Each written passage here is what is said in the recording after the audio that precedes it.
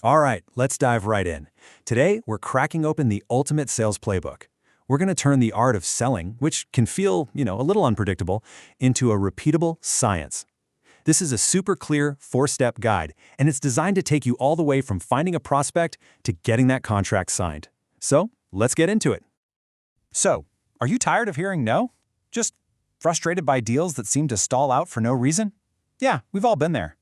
But what if sales wasn't just a numbers game or, a matter of luck? What if there was a playbook, a real system, that could turn it into a science and just dramatically boost your success? Well, that's exactly the system we're going to build together starting right now. So, here's the game plan.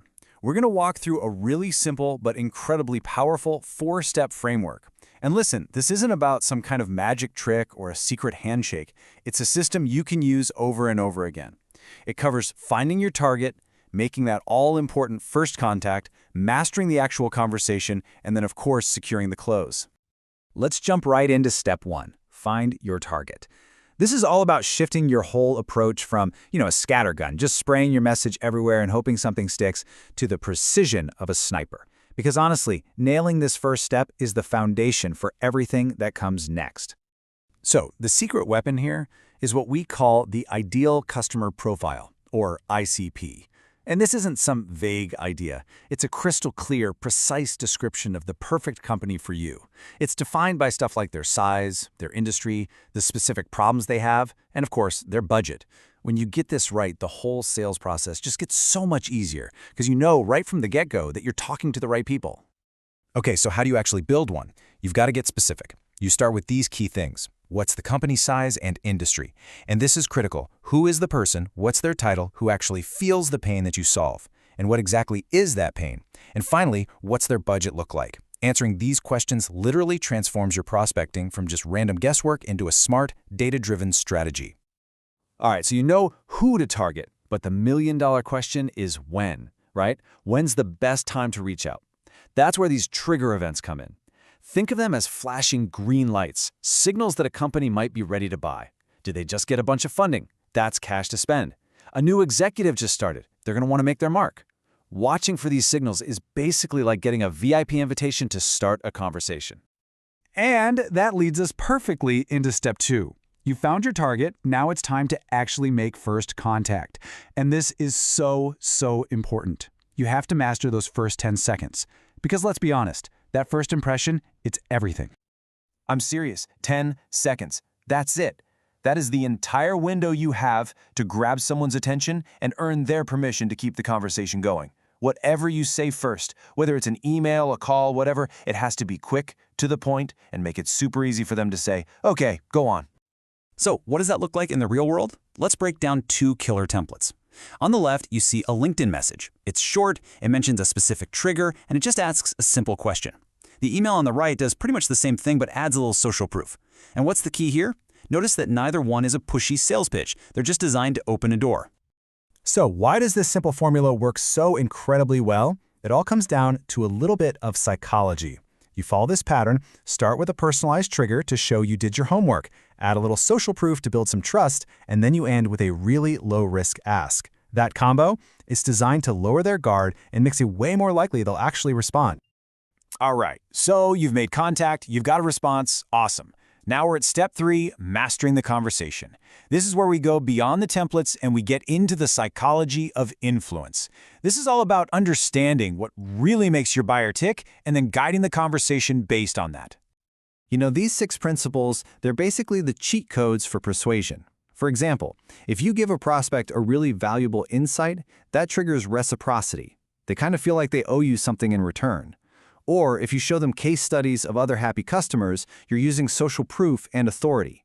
And by getting them to agree on small things first, you're building commitment, which makes it so much easier to get that final yes. Okay, let's put this to the test with the one objection every single salesperson has heard a million times. You've given your pitch, you're feeling good, and then you hear it, the dreaded phrase, "It's too expensive." So how do you handle that without just immediately offering a discount? Now this response, it's just a masterclass in handling objections. First, you validate what they said. I hear that. That immediately builds rapport. Then you pivot. You're not arguing about price anymore. You're completely reframing the conversation around the return on their investment, the ROI. See what happened there? The power is all in the reframe. You've shifted the whole discussion away from cost, which feels negative, and toward investment and value, which are positive. You're not defending a price anymore. You're working with them to prove that your solution is worth it, turning their biggest hurdle into a massive opportunity. And that pivot from price to value leads us perfectly into our final tactical step. Step 4, secure the close. You've built a great case, you've handled their objections, and now it's time to do it, to move the prospect from, yeah, that's interesting, to where do I sign? Look, to close like a pro, you gotta understand where your buyer is on their journey. This sales funnel is a great way to visualize it. A close isn't just some magic trick at the end. It's the final, logical step after you've expertly guided them through becoming aware, building their interest, helping them evaluate their options, and then making it super easy to decide and take action. Okay, so when all the signs are pointing to yes, this is one of my favorite techniques, the assumptive close. Check out this script. It doesn't ask if they want to buy. It assumes the decision is already made and just moves on to the next steps. By giving them a simple choice, like 10 a.m. or 2 p.m., you reduce the friction, and you make saying yes feel like the easiest, most natural thing in the world. Now, I want to let you in on a little secret weapon, something the absolute best negotiators use. After you've stated your price or you've asked for the close, you say nothing. Just be quiet. And yeah, that silence, it can feel a little awkward, but trust me, it is so powerful. The first person who breaks the silence usually gives away their position, giving you the advantage. You have to master the silence. So, we've walked through the entire 4-step playbook. But here's the thing. Tactics will only get you so far. To really become a pro, you have to layer on the right mindset. Let's look at the habits, the systems that allow the top performers to win, not just once, but day in and day out. Take a look at this schedule. This reveals the secret sauce: discipline. The best of the best don't leave their day to chance. They run on systems. They have dedicated blocks of time for prospecting, for meetings, for follow-ups, and for planning tomorrow. It isn't about working harder. It's about working smarter and with total intention. And it all boils down to these habits. This is what separates the pros from the amateurs. Listen, elite closers aren't born. They are absolutely built day by day. They practice their scripts constantly.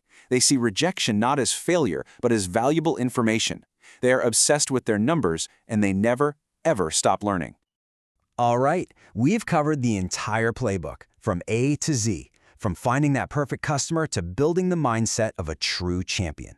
But you know what? Knowing this stuff is one thing. Doing it is everything. So I've got one final question for you. What's the one technique from this playbook that you're going to put into practice today?